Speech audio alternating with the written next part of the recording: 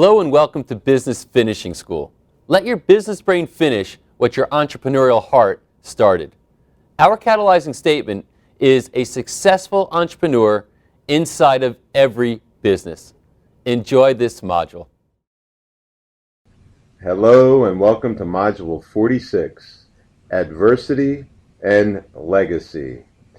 Now, before we dive deeper into this topic of adversity, which all of us have faced in our lives, I want to express how many different aspects of the program that I'd like you to touch on. We have the monthly membership calls where members call in and we advance one of the modules forward. We've got accountability groups, we've got boot camps, we've got the Facebook page where there's a private section where you could ask questions. We've got the ability for you to interact with the office and ask them questions. So make sure as you're in this program that you're taking advantage of all the different aspects to it. You can go back and watch or listen to any module. You can go back and revisit the referenced items inside the implementation guide. You can do the exercises in the implementation guides. So there's a vast array of opportunities for you to interact with these materials. And I'm reminding you, because oftentimes when I interact with people in the program, they forget that there's all of this available to them. So now Patrick and I are sitting here ready to go and talk to you about adversity. Patrick, why don't you define what adversity is first? Adversity is when something's challenging what you're trying to get done. Adversity is when you are facing challenges that are not routine. In other words, every day you have some minor challenges in a business. I wouldn't characterize that, or at least that's not what I mean by adversity when we say adversity. Adversity is when there's some unusual challenge, maybe even an unusual threat to your business or to your values on any particular level.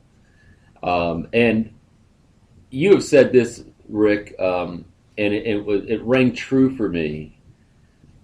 If you're in business long enough, sooner or later you take a torpedo. Sooner or later something happens. Sooner or later there's a lawsuit. Sooner or later there's a revolt or a downturn in the market or whatever it might be, depending on the business that you're in. But if you're around long enough, sooner or later something happens. There's going to be adversity. And it's interesting. When I was younger in my business, I started one of my businesses, my core business from years ago that I sold. I remember I had a consultant who was an attorney, and also he had was a CEO of a company that he took public, and he had good business experience. But what I really liked about him is that he had a lot of wisdom. Everything was wisdom and metaphor, etc. And I don't know. I liked having him around. I was literally in my late 20s, early 30s, mid 30s, and we could do no wrong. We had, I was experiencing, 100+% growth year over year for probably 3, 4, 5 years in a row. We kept expanding, kept adding employees, kept, moving to bigger office space. It was, we were on that trajectory. And I have to admit, you kind of feel invincible, in those circumstances. And I remember, and I'll never forget, I just remember sitting with him one day and, doing, having our management meetings, and I would invite him to, I paid him as a consultant to come sit in our meetings. We go through finances, we go through our market, we go through everything, in those monthly management meetings that we had. And then after it was over, he and I were sitting in the room, in the conference table, kind of talking. And I said, wow, I said, it's kind of weird. I never went to business school, don't really have a business background. And, this is, I'm really kind of excited about how well the business is going and so on. And in a sense, maybe I was patting myself on the back, and I think he kind of knew that. And he said, this is, really good. I mean, what's going on? He goes, obviously, everything is very positive. He said, but here's the thing, you still haven't been tested.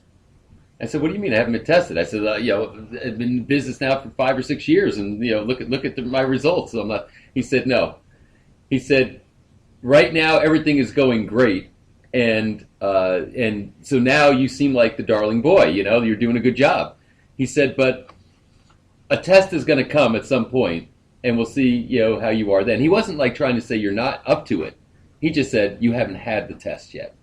It's like almost, the guy who said, I'm doing so well at karate, I can't wait to test for my black belt. You didn't have the actual black belt test yet, and that's a whole grueling process that you have to perform and prove yourself at a certain level.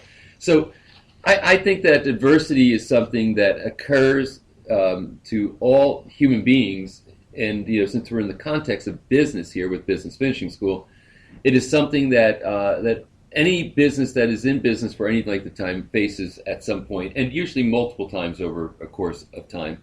And many times it comes in packages, meaning like nothing, everything is smooth sailing, and then 2 or 3 series of adverse circumstances occur, not necessarily one.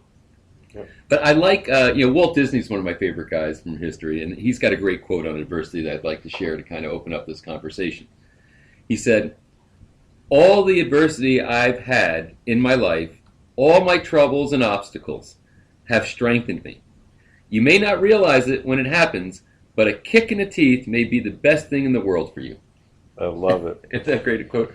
So go ahead. I was going to say that it's interesting when you talk to people when they're going through an adverse situation, because they think, how could this happen and all of that nonsense. And the truth is that adversity is universal. Handling adversity well is optional. And I think as part of this program and listening to this module, you will learn that A, it's universal, that everybody goes through it, but B, you have some opportunities to learn how to handle adversity in a different way, to expect adversity, to appreciate adversity, and I'm even going to go so far as to say to love adversity. And you and I, Patrick, have talked about the lawsuit you've been through and the lawsuit I went through, and my perspective on your lawsuit was, love the other side, love the guy that's suing you, and you're like, that's insane. No, love him, because he gets up in the morning and he thinks he's doing the right thing. And when you love adversity, when you love what you're going through, it's going to change everything. I'll tell you, that's had a profound effect on my life. It doesn't matter what I go through, I'm loving the learning opportunity. Now, here's a stretch, but I'm going to say it. Oh, wait, what you just said wasn't a stretch? I'm in the middle of a baseless lawsuit spending hundreds of thousands of dollars. I'm supposed to love them? That's the hard part, right? And I think, maybe in my own take on that, incidentally, if I could, before you get into the stretch, is I just say I love my life, I love my business, I love my values, I have gratitude, and I think that for me, it wasn't a matter that I'd say I have to love the individual who's trying, who's creating my adverse circumstance. It's can I relate or maybe try to understand, but when they're, for me personally, trying to say I'm going to love that person, maybe I'll feel sorry for him, maybe I'll, depending on what the circumstance is, but ultimately, to me, it's a matter of welcoming the adversity and not trying to resist it and or try to pretend that it's not there. And this is, it's interesting, this conversation, because as this quote said, and as the earlier story I told was, when adverse circumstances happen, you learn about people's character. You start to find out who they are, how they show up, etc. And there's really, this is paradoxical, and I'll say too, like I have seen people who suddenly, when there's adversity, they go immediately to scarcity. They're a different person. They start behaving differently. They start getting scarce. They start getting panicked, and etc. And we talked about leadership in a prior module. Their leadership style goes out the window, and they fall apart. There's other people who rise to the adversity. Suddenly now they show up, and with some of the circumstances that you were talking about, I had an extraordinarily adverse circumstance, some years ago in my business that you helped me through, and it was really a challenging time. I mean, there were some. I mean, I'm talking front page stories on a trade paper spreading lies about me, saying that I'd been found by the U.S. Senate as having violated 2 federal statutes, and the reality was it was all false. It was a character assassination and attack for people who were after me and trying to do me harm. And in the end, they said I defrauded NASA. I mean, all kinds of horrible things were said. And I had to go to NASA because I had a relationship with them, and I got a letter from them saying this wasn't true and debunked the whole thing. But you said something. This was I thought really one of the most important lessons I got in adversity was from you. And what you said was, get up tomorrow morning, and this is incidentally, if I could just put a plug in for your accountability groups, this is where accountability groups are important. We're in the accountability group. All of a sudden, all this adversity starts to happen, and it's quite threatening stuff. And you have to respond. And I'm up, I'm always up to a challenge, but it's like all of a sudden you want to go into like this mode of throwing everything out the door, clearing the decks, and you have to change everything. Your advice was change nothing. Get up tomorrow.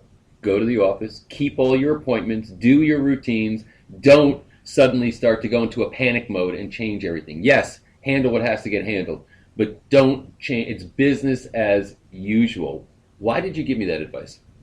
We have referenced this story before in a prior module, but I wanted us to revive it in the context of adversity. And here's why it's so important for you to continue on your rituals.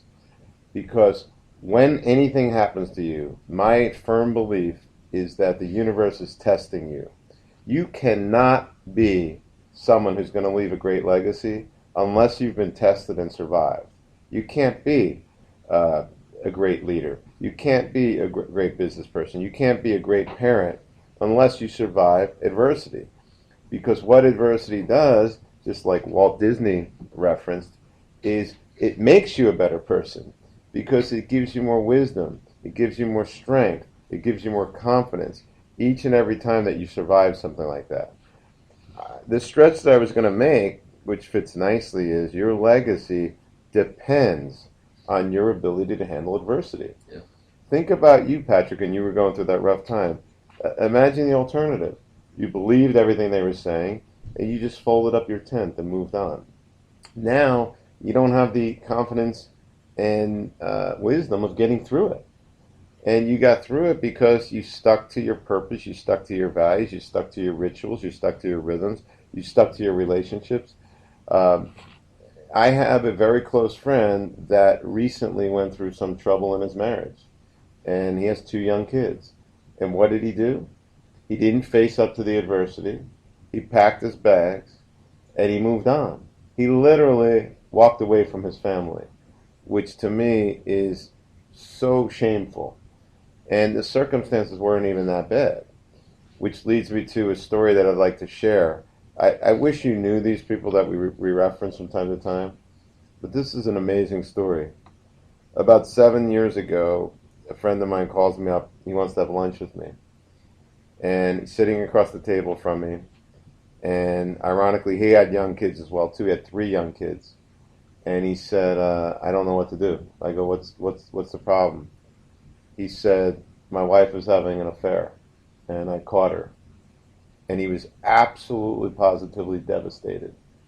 And he goes, what should I do?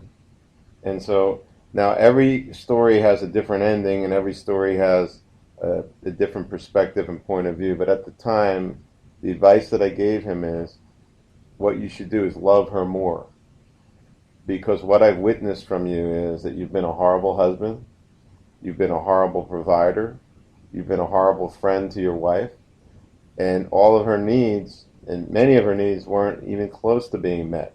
I said, why don't you start loving her more? And so a friend of mine is a marriage counselor. I hooked them up, and years have gone by now, and they are one of the strongest marriages that I know. And here's the ironic twist of this. His wife had an affair on him, and he completely forgave her, so much so that he's never brought it up once. And I was talking to the wife recently, and she said not one time has he ever brought it up. She goes, I acknowledge my mistake. It was a horrible mistake. I made a mistake, and I've forgiven myself for that mistake. But the fact that my husband realized that he was responsible for that, and he chose to love me anyway, is incredible. So here's the point. What happened as a result of this person, this man, exhibiting leadership in his marriage through an incredibly adverse time? What he did was he saved his family. He showed his children that they can get through anything. He increased his confidence that he can get through anything. He stepped up and took full and complete responsibility for what happened himself. His wife also took responsibility because she was feeding off of his ability to take a responsible route. So the reason I tell you these stories is because I want you to understand that it doesn't matter how bad it gets, you will get through it. Now, another aspect of getting through adversity that I've learned the hard way is compassion. When I went through my very difficult time with a lawsuit by the government, I had compassion for the other side. I really, deep in my heart, realized that they are doing their jobs, that they believe that they are right, and that I'm going to have respect for them. I really did, even in the worst of times when they were trying to do incredible things like shut down all bank accounts and freeze credit cards and things like that. This was more than a decade ago. But imagine it, you're operating normally, you're completely innocent, and all your accounts get frozen. It can be scary. And in that time, I had compassion for them. And I'm even going to go so far and say I loved them. And without question, that is what got me through it. I didn't change my habits or rituals, and you know the rest of the story there. So what I want you to do, and we'll actually have an exercise in the implementation guide about this, I want you to think about all of the adversity that you're currently facing or that you're predicting that you'll face. Maybe you have to get out of a relationship. Maybe you have to fire somebody. Maybe a law changed and your business is compromised. Maybe you made a business decision that wasn't strategic, like recently happened to an acquaintance of mine where 90% of their revenue came from one client. And they were surprised when that client decided to change vendors and they lost 90% of their business. So you'll be making a list. I'm requesting that you make a list of all the areas of your life where you have adversity. And then I'm going to ask you to look for ways to love the other side. Look for ways to have compassion. Look for ways to ask yourself, what am I going to learn from this? And it's so paradoxical, Patrick, as we talk about this topic, because whenever I meet somebody that's going through a tough time, they always have this, this attitude of, I just never expected this. That's like somebody who's going out to sea that says, I never expected a storm. There will be a storm. There will be adversity. Somebody you love will die. That will happen. There's no question about it. So stop having this attitude that, why did this happen to me and this can't happen to me? Of course it can, and it absolutely positively will. I could tell you with total and complete certainty that someone close to me will die in the near future. It will happen. Someone will get sick. I may even get sick. And as it happens, we'll deal with it. And in business, you can have clients do incredible things. Doesn't matter who you are. I was just looking at Apple's market cap, and it is near one of the largest market capitalizations of any company in the world. And yet, paradoxically, they're dealing with immense adversity on all fronts, from lawsuits to product changes to union issues to you name it, they have it. So, it's interesting that many people still decide and choose to be the victim when that is just the opposite of dealing with adversity. When you look at sometimes the why the good kick in the teeth is important, as per Walt Disney's quote, many times we get complacent and we gotta get shook.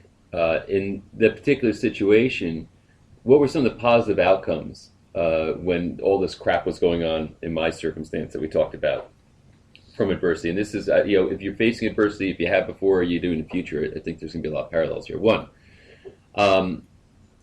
it caused me to have to step up as a leader, right? When everything's smooth sailing, great, okay, everybody's happy. But when there's adversity, you've got ranks. I had 55 employees. So now they're wondering, this stuff is in the newspaper. What's going to happen to our company? All this kind of stuff. You got to pull them into a room, and you got to reinforce the purpose. First of all, Mike, assure them that this is all, of course, fictitious. Number two, so now we have a common enemy rather than an internal enemy, right? We have a common external enemy. Number two, they reaffirm our purpose and the fact that we have to fight through this. We have to grow through this because we are having an impact in the world that's very important. And let's reaffirm that purpose right now together and collectively. Number three, I also had to show them that I had a plan. Here is how we're going to handle this, and walk them through the plan so that they can have the confidence in a leader that steps up when adversity occurs, and it gave them permission to step up and to support, etc.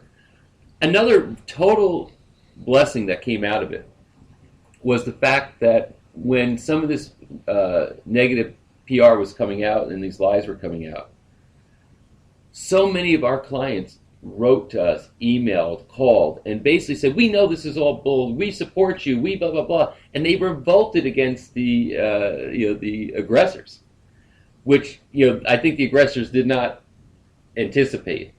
So suddenly you'd say, you know what, for all the good things I've done all those years, and I want you to understand this, when you're planting good seeds along the way, when you have adversity, the right people are going to show up to help you and defend you because you did the right things along the way. One other thing I'm going to say toward adversity, because I believe that, we're talking about in context right now of legacy. I believe that for my company, which I have sold and which is doing really well since I've sold it, I love the fact that, succession occurs. My original chiropractic practice I sold in 1991, the guy who bought it from me is still there, still practicing in the same building and still doing well. I love that. I love the fact that I can build something, pass it along, and it keeps going. One of the things that I think was important here is that a big part of my legacy in my prior company is the fact that, not that it got built, yes, it's great, these products were created, these patents were granted, it's had this impact in the world on 6 continents that is measurable, all kinds of really great things. But ultimately, I think when they look back also as part of my legacy is that there was a major attack on us, and we were able to thwart that and grow through it. That, to me, I think is a part of what the tale that's going to be told, and it's part of the legacy that we leave behind. One other thing I'd like to share, one of my mentors, Dr. Larry Markson, he very much was into affirmation in the morning, etc. One of the things in his affirmation that he used to give to his group, he had a coaching group. One of the lines in the affirmation, which I always thought was a great line, it said, I handle all setbacks gracefully. And it's just having grace under fire, having grace in the circumstance. And quite frankly, folks, you might say, well, I have no adversity right now. Hang on to this module. Because when adversity does start to come into your life or your business, re-listen to everything we're saying right now, and it's going to be advice that's going to be worth millions of dollars to you. I'm so glad you brought that up. We plan these modules in advance, and then we let it flow at times. And grace under fire is an incredible attribute. My coach Vid says, you have to imagine, it's an old, he studied Buddhism. And he said, when you're about to get into an adverse situation, you have to imagine that someone's about to shoot an arrow at you. And rather than doing what we normally do, and I know I've talked about this at boot camps and on prior modules, but we normally want to react. We want to pull an arrow out of our quiver. We want to shoot that arrow immediately. He's like, close your eyes and let the arrow hit you. And rather than defending and rather than, wanting to get your piece of their flesh, just let it land. It's so funny, the things that upset us the most, you're so furious about, the next day you probably forget, and certainly a week later you forget. So I already know that if there's anything that could get me upset, it'll be over. Very recently on a business transaction, I was working with a very old friend and long-term shareholder of my firm for more than 20 years. And we agreed on a business transaction, and it was all in writing, it was all signed. And the guy sends me an email right before it was about to close, and he said, I changed my mind on everything unless you lower the price by 50%. And my initial action was to be furious. Like, how could you, in a 20-year relationship, after we signed everything, right before he's about to fund, he wants to change the price by 50%. And I said, you know what, I'm not even going to say anything. I'm not even going to respond. I'm going to wait a week. And I didn't do anything. I talked to my wife about it. And a week later, I called him up and I said, I want you to know that I respect you and I love you. And what you did last week is completely and totally out of character for you. But whatever happens on this phone call, I want you to know that my respect and love for you will never change. I said, but what I'd like to do is set a call for a week from now, and we'll talk about it. And so I didn't react. It would have been totally appropriate for me to be upset. Anyway, long story short, we talked a week later, and he apologized. He said he was in a weak moment when he sent that email, and he's going to close the deal as it originally stood. Now imagine that story if I would have, in that adverse situation, blown up, got furious, did what people would normally do 99% of the time. But what I have learned through a long, long journey of training and development is when I feel my brain pulsing blood through my body and I start getting mad, I recognize it and I pull back. It's no different than driving down the highway and somebody puts up their middle finger at you. I mean, now I just giggle at it. It's just kind of funny that someone would be that upset in a car driving to work. But we've got to, I believe, train ourselves to handle adversity. And it starts when? It starts right now at this moment. Your ability to handle adversity will be one of the most powerful tools in your quiver. Neurochemically speaking, data has shown, I think it's Dr. I hope I don't have her name wrong, but it's Jill something, I think Bolte. She's a Harvard PhD. And she talks about the 90-second rule. When something happens where you feel that surge of anger, that surge of aggression, neurochemically in your midbrain, those chemicals will hang there for 90 seconds and then start to dissipate if there's no additional stuff that promotes them, no additional anger, no additional aggression, etc. So so basically she promotes this thing called and I'm probably paraphrasing it, but the 90-second rule, where you know what, when you feel that you get cut off on the highway and you're ready to give the finger or whatever, just wait 90 seconds. You get that phone call or that email, wait 90 seconds before you respond, at least to let all that stuff ease out of your system where you're level-headed again, and at that point you can respond appropriately. One thing that I felt that it's something that I aspire to. My friend Jeff Spencer said this. It's kind of a blueprint for champions that he talks about, and I think it's a part of leadership, and it's also part of adversity. And it's great advice. So listen to this one. When you are in an adverse circumstance, you never want to overreact, and you never want to underreact. You want to react proportional to what the circumstances dictate. And the problem is, I think many times we, through our impulses, want to overreact. You don't want to underreact either.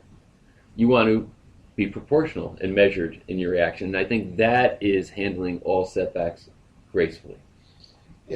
As we often talk about, adversity is one of those subjects that lends itself to awareness and consciousness. What we're trying to do throughout this program is illuminate and add consciousness to various aspects of the happenings of your life and your business. So this is no different. We are trying to illuminate and add consciousness to your immediate reaction. And your immediate reaction to adversity is usually negative. But what if, from this point forward in your life, your immediate reaction to adversity is positive? It's learning oriented. It's grateful. Love the word grateful and gratefulness, which you brought up, Patrick. You have so many things to thank the universe for. I don't know where you are spiritually, but gratefulness is a powerful, powerful tool. There has been studies on gratefulness. You can go to gratefulness.org and you'll find places where they talk about how gratefulness heals injuries, how gratefulness heals disease, how gratefulness heals communities. They've done studies where they've brought people in to pray for a community and healing happens. So prayer and gratefulness and meditation and things like that are all incredibly positive things. But they can only happen when the vessel, meaning you, doesn't have these wildly emotional reactions. And I've got to tell the story of someone not so close to me anymore. But this guy was angry all the time. He went to counselors. He's a 50-year-old man with a family and a wife, and he would think it was perfectly appropriate to be angry for 2 weeks. And I'm like, dude, that is not normal. You can't do that. He's like, what do you mean? They pissed me off. I'm like, to not talk to your wife for 2 weeks because of that is immature and insane. But what many people do is they find reasons to be right. And when you're searching for reasons to be right about something, that is the opposite of compassion, that is the opposite of gratefulness, that is the opposite of presence, and that is the opposite of being a fully engaged human being. So stop looking for reasons to be right and start living a fully expressed, grateful life. And when that situation occurs where there's an immense amount of adversity, you will absolutely handle it differently. I think in summing all this up, and as you're listening to this, even though this is called the Business Finishing School and this is all about your business, what we're talking about here is really about the human condition and about your human experience as you walk this planet. Yes, it has absolute application to your business, which will face adversity, but ultimately, adversity affects your soul. It affects you in your deepest levels, and it can either grow you or it can embitter you and cause you to shrink and become, an angry or victimized person. So this is really a part of not only business strategy, but personal development. How you handle adversity, how you perceive adversity, how you react or respond to adversity, how you craft your own orientation towards adversity. All of these things are going to basically, when in the last days of your life, when you're looking back across it, you're either going to be proud or you're going to have regret. So I look at this material, these concepts, the exploration of orientations and premises related to this subject as being really substantial to the legacy that you're going to have and your perception of it. And I don't know, one of the things that's important to me is to be in my later years of life and not have regrets. Limit those. And everything we're talking about now will impact that. So yes, as far as your business, your fiscal health in that business, the future of that business, the impact on the employees of that business, we've talked about all of those things. But in the end, there's you and there's this thing called your life and this thing called your career. And how you handle adversity is going to tell a big part of the story when it's all said and done. Well, Patrick, I think that you just took us home with that. Thank you all for listening to Module 46, Adversity and Legacy. Let your business brain finish what your entrepreneurial heart started.